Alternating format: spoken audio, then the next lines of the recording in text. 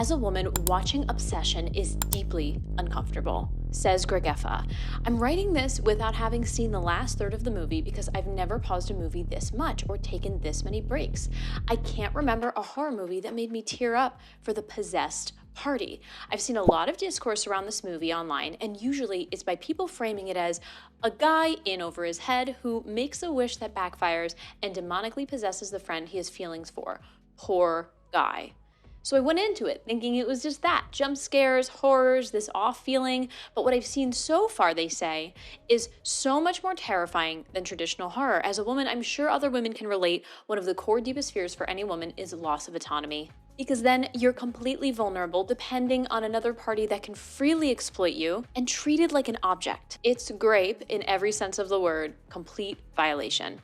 And what I've seen in the movie Obsession is exactly that. Now, I completely understand this take, and as I've been diving a little bit more into this movie after just seeing it last week, I've been following some interviews with the director and the actors, and I know that the director loves horror, and he actually does a lot of short films that are both horror and comedy, interestingly enough, where you kind of think that like someone does one or the other, at least for me. So I think that was really cool. Jorling says, I do not want to invalidate your feelings here, but the vast majority of the discussion I've seen about this movie is centered around the exact theme you're talking about.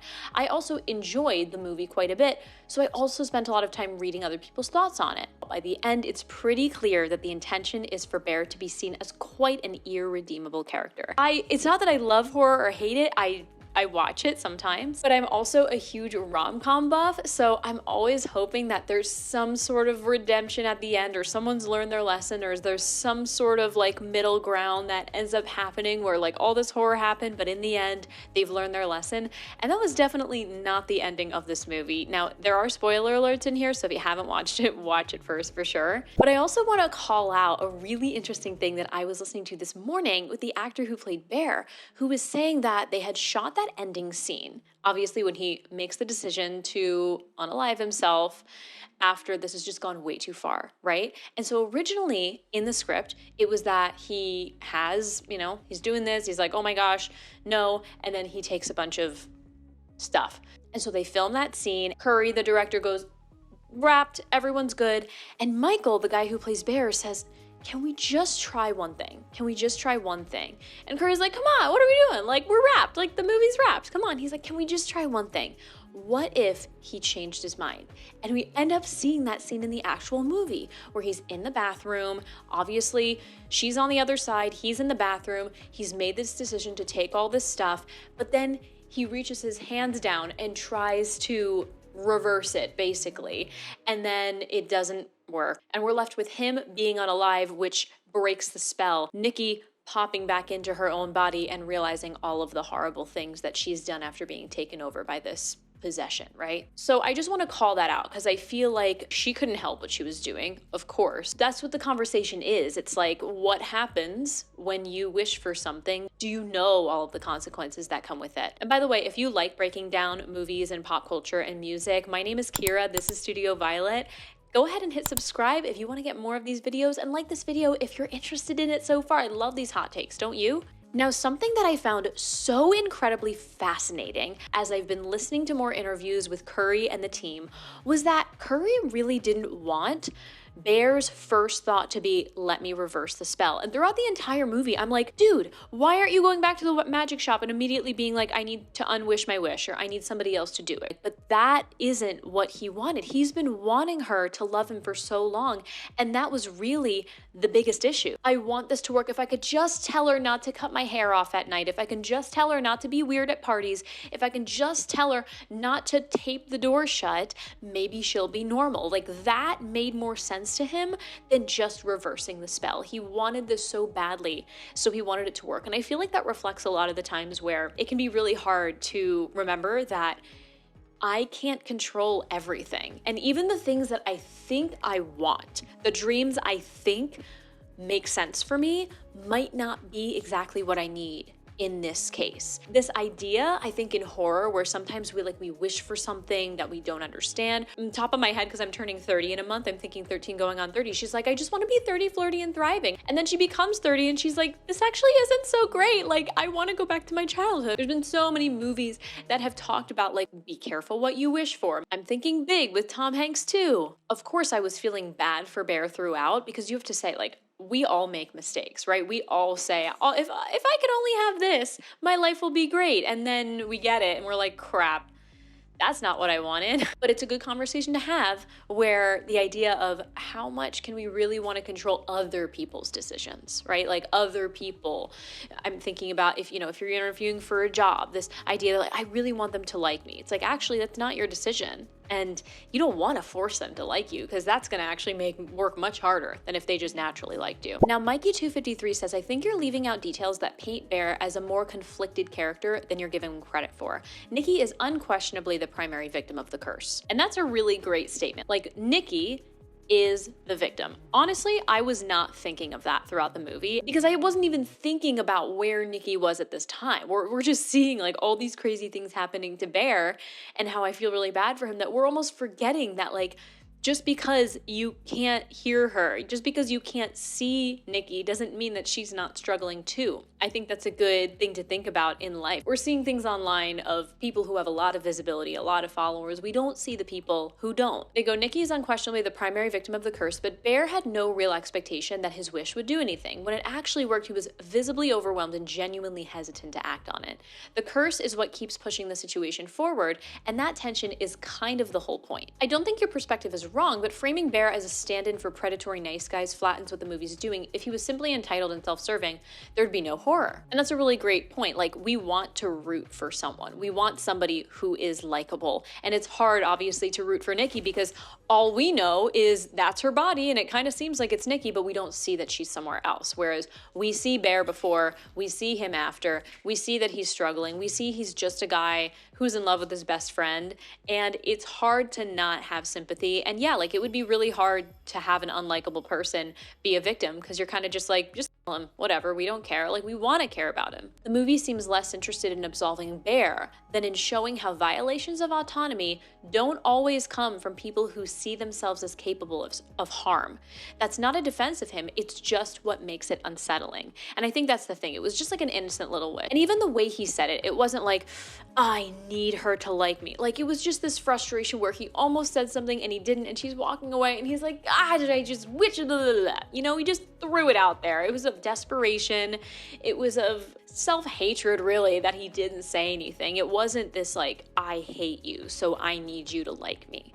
Obviously, we're not like diminishing us wishing other people could do things, but I don't think it was intentionally harmful, because then we wouldn't be rooting for him. Now, Puzzle-Headed Fail 157 says, honestly, a lot of the discourse about this movie has been eye-opening about people's attitudes towards women. I've read posts saying how Bear might be the villain. I think they're really telling on themselves. The film shows Bear continually learning the truth and still not helping Nikki. I agree what the movie portrays, its lack of consent, and Bear's continuance of his behaviors for what he thinks he deserves is extremely disturbing. It's really made me think like good horror does. I don't necessarily feel like if somebody says, I felt bad for Bear, like it means you hate women. I just, like, that's a generalization in my opinion. I think it's nuanced, and that's what makes it really interesting. I feel like Bear had remorse, but it's kind of one of those things where you are always really hoping for the best out of something. Now, I'm not saying like what he did was right. I'm not writing off any of that, but I'm just saying, like, when we have hopes and dreams and we finally get them, we want them to work out. Obviously, if I got cast in a TV show, I would be like, yes, this is gonna be great. This is gonna work out. And if I had a director who was really mean and awful, I know that for a while, I would try to kind of be like, it can work. I can make it work because this is what I've wanted, right? Like, you don't want to write something off immediately. It talks about human psychology, and I'm starting to learn that a huge part of horror really speaks on human psychology. Not saying it's right or wrong, but it just is. When we hope and pray for something, and then we get it, the first thought isn't, it's hard, let me reverse it. Like, we've been working sometimes our entire lives for something like this. For him, I'm sure years and years and years, and he finally gets it.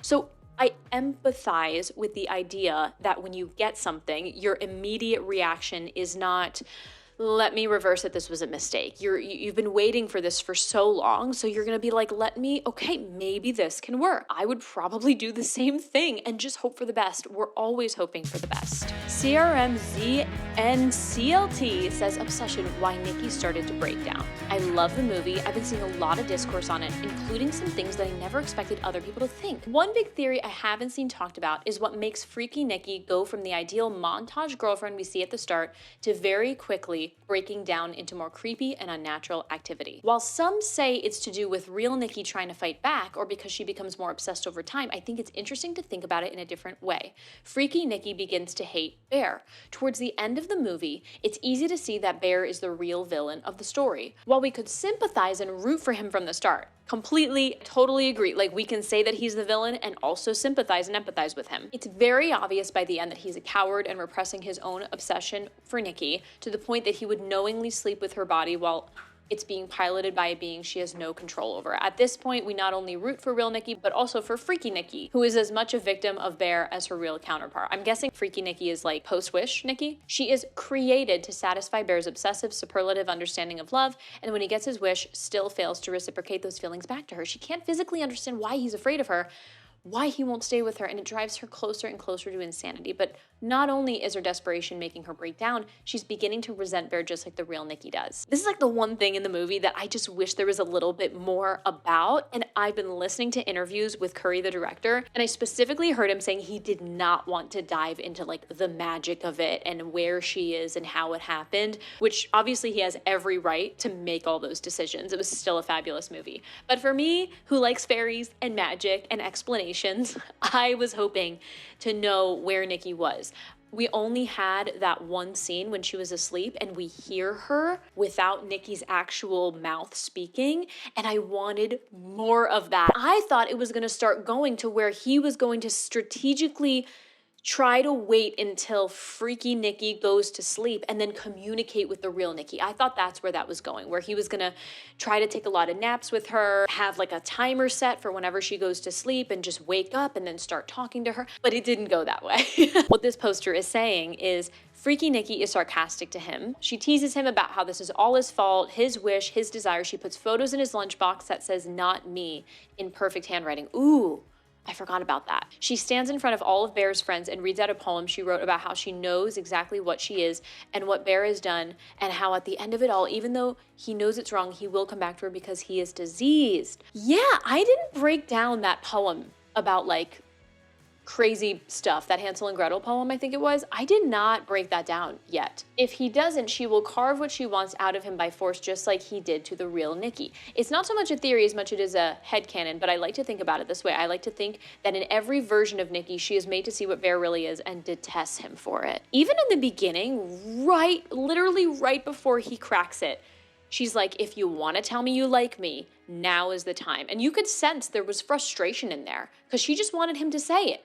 She was tired of him being a coward, and he didn't. And that's what then triggered his own self-hatred to then crack it in desperation. I really enjoy this. I really love this. And Constant Seaweed 523 says, I agree. She started acting worse and worse completely because of the unrequited love for Bear. He wished for her to love him more than anyone in the world, which also means herself. She has to love Bear more than she loves herself. Bear is her entire world. Every single thing she does is for him. He never treated her like he actually loved her, and then started getting scared of her. From her perspective, she's confused on why he isn't loving her back and why he's getting upset with what she's doing. She doesn't understand. He made a wish to make her basically obsessed with him. If she has to love Bear more than herself, of course she's not respecting herself and peeing all over herself. Yeah, I forgot about that. She would like pee on the floor, and she was basically ready to unalive herself towards the end of the movie. Dee Nums 777 says, I read somewhere else on Reddit that when she peed on herself, it was because that entity was created for the sole purpose of loving Bear, but when he's gone, she can't do that and kind of just stands around waiting for him, so her real body kind of comes back around and has to do its normal bodily functions for her to get so exhausted from living to only serve him that she just has to pee herself when he's gone. I also saw somewhere else, she said that it showed that she's been SA'd because victims might soil themselves either during or afterwards because of extreme terror, since the body can experience a temporary loss of muscle tone.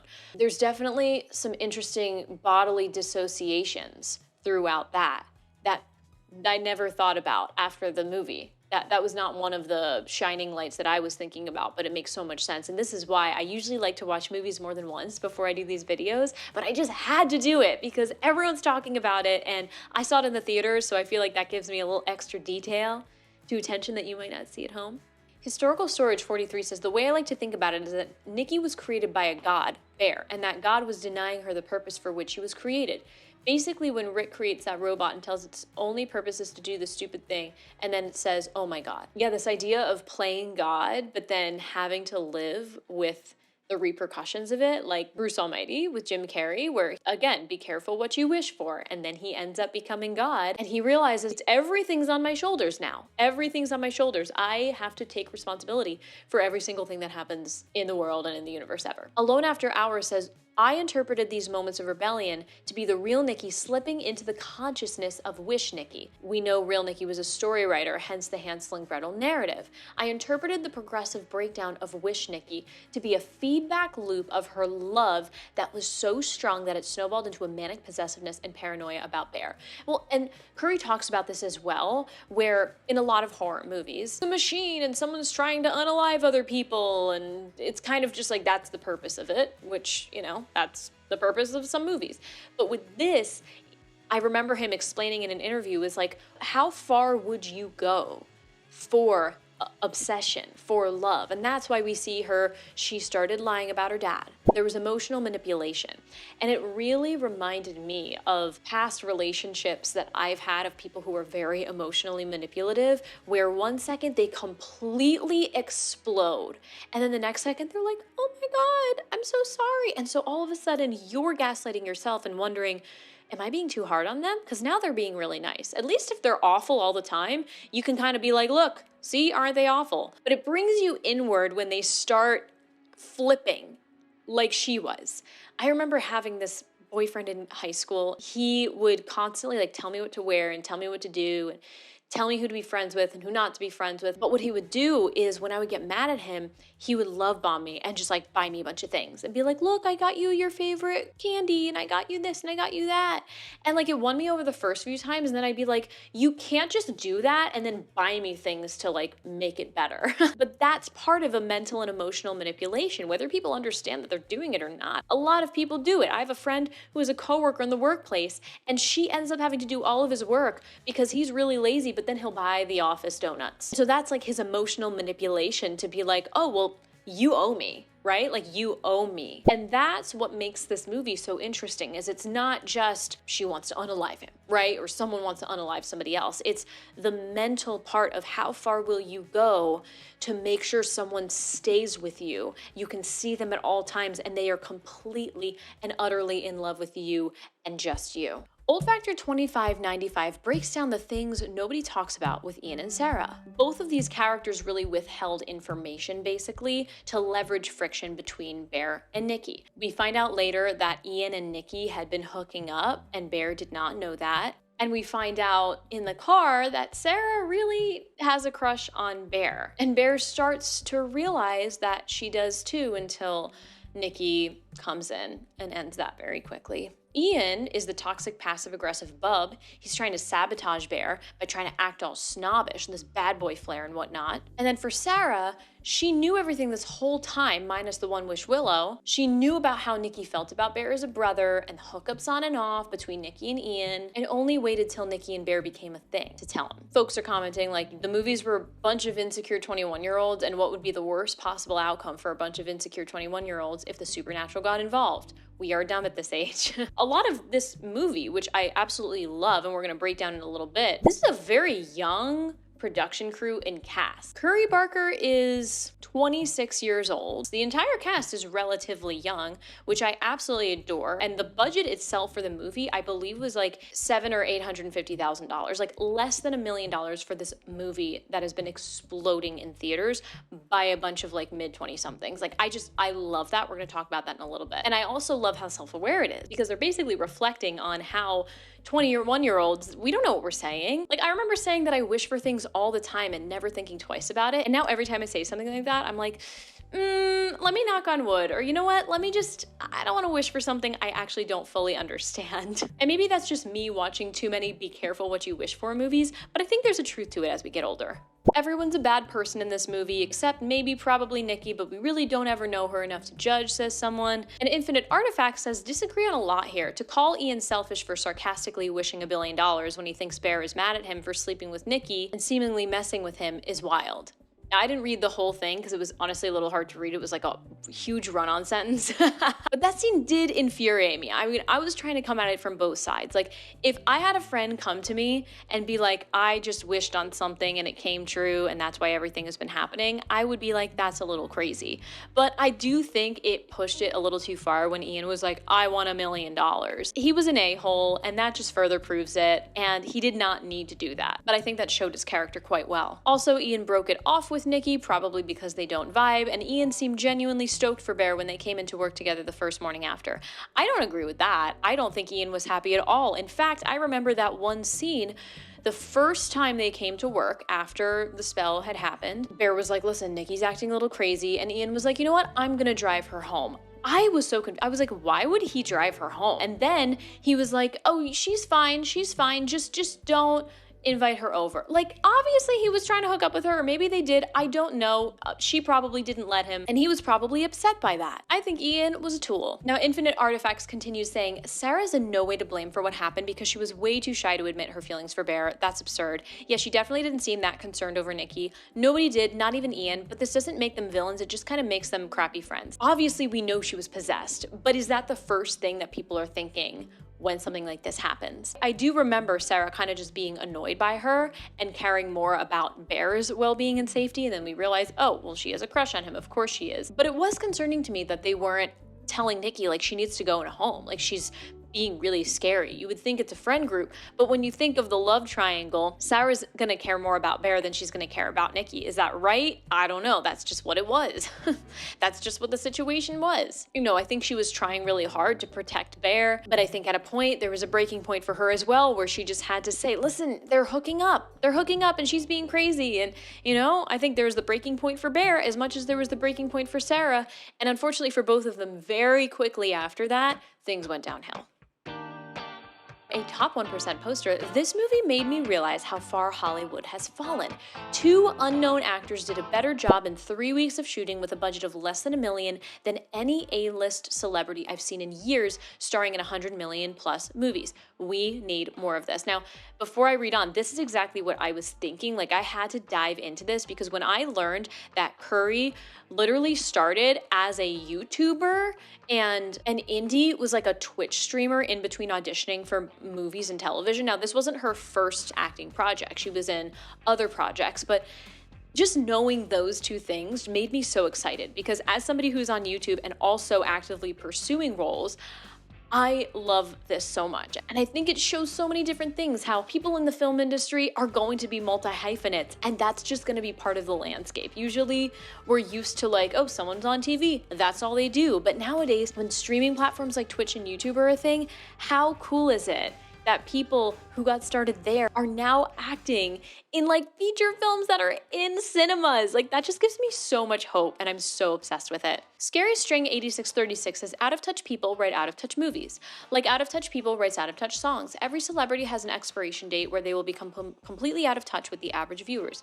Tons of celebrities have said they don't watch movies and TV shows, and it shows. Lots of people get to do shows in a specific universe and try to make it their own story instead of the original material. They are all out of touch and they don't have a passion for their work and project. Someone says it's the same with social media influencers. Eventually they become out of touch and their content is just lame. Someone else says it's because Hollywood is not making movies for people to watch anymore. They're making movies to make money, or try to at least, because people are becoming massively discontent with the mediocre output. And this is something that I've been diving into as I watch more movies and television shows and realize like we need to get funding from big businesses. I mean, how would we be able to put out television shows if we didn't have ads in between, paid product placement, just like YouTube? How would YouTubers make money if we didn't have ads from big brand products and brand integrations and sponsorships, all from big businesses. I think it's important to understand, especially like if you're an artist or an aspiring person who's looking to do something outside of the traditional 9 to 5, we can't necessarily hate on big businesses so much because they are a very big part of how we can sustain this work. If we're able to integrate their products into shows like that, that is a lever into being able to get what we want. I don't know the exact process of how a film then gets put into movie theaters. I think a bunch of production people or distribution people might have reached out to Curry and then he chose one. I'm not sure. If you know more about that, drop it in the comments. There was so much realness to this. And I was also told by my friend who watched this with me that there were all practical effects. Like there was no AI usage in this as far as I know. And I even saw in the ending credits a disclosure that says this is not allowed to be used to train any AI data. So there was something about practical effects. And again, the fact that like this didn't have that big of a budget, like you really don't have much that you're working with, sometimes actually gives you so much more to work with. This is such a weird example, but I'm planning my wedding right now. And something I've been telling people, like it gets so much easier after you pick the venue, because once you pick the venue, you really don't have many options. Like you got to get a local flower place, you got to get a local photographer, you got to get local this, and there's usually only a few options there. So you just pick one that you like and it's easier. So sometimes like when you have less money, I'm not saying that it's like easier to have less money in general, but sometimes restrictions can actually help you make decisions faster and give you a lot more freedom and flexibility to just follow that vision and not overthink it. And I wonder if that was the case here. And from my understanding, I don't think usually the directors and writers are also the ones literally editing the movie too. And Curry did all three. So there's something also really cohesive with that. Even members of the cast were like, yeah, you literally saw him as he was directing, like already editing it in his mind. Cynical Recidivist says, I tend to prefer unknown actors because when I know them, it takes me out of the film or TV series a bit, as I think, oh, that's whoever. I also like the fact Hollywood doesn't have control over these people's ideas. When smaller films and TV projects have control of their small budgets and hence creative control, it allows the directors, producers, and actors to enable the project they want to make, rather than have a production filled with compromises to the out-of-touch studio executives. And that's what happens with like corporate too. It's just that there's like so much red tape and everything has a system and oh, this is how it's always been, so this is how it's always going to be done. The comfort of that, i.e. the comfort of a big budget movie, is like, you know, you're going to get paid really well. There's like certain union laws that you're like going to follow, and there's like probably a bunch of HR people involved. Like there's an entire team that's going to protect you, right? And that's comfortable for some people and that's okay. Just as a reminder, like actors also have to support families. So sometimes being in a Hallmark movie that's not like the most artistic, but it's like very templatized and corporatized and makes people laugh and it's lighthearted, there's a purpose for that. And that helps bring more business to a lot of people and makes people happy. This is a completely different conversation because this is an indie movie. Actors are going to come in here with the excitement of the possibility. It's kind of like when people start businesses where like you don't quite know, you're like, okay, I only have this much budget for you, but it could be something really cool and you'll be really proud of it. And that's something I've learned as a creative myself, is like, I just want to be proud of the things I do. I feel like all these actors, from what I've heard, are super proud of this, and I just love that for them. Now, I don't necessarily know if this movie shows that Hollywood is failing, but I just think it's just a really refreshing take, especially as we see like more streaming platforms come up from people who just may never have ever had a platform. You know, actors like Quinta Brunson, like starting on TikTok or Instagram and now like having Abbott Elementary. It's really hopeful for me because I'm a creator and I eventually want to be on screen and on stage as well. And it just gives me a lot of hope and faith. And I don't want to discount either sides of like the indie movie scene or like the big budget movie scene. It's just, they're just different. But this is really refreshing to hear about how there was very minimal space, very minimal budget, very minimal set, and it's on big screens right alongside movies that have multiple millions of dollars to spend. Now, I don't necessarily know the budget of this TV show, but I do know that it does lie on the more lo-fi side as well, which is why I love the nuance of it, just like I love the nuance of Obsession. So if you want to break down some fan theories of Lena Dunham's Girls, definitely hit the next video and let me know the next movie that we can break down together. Thanks so much for hanging out, and I will see you over in that next video. Bye, friend.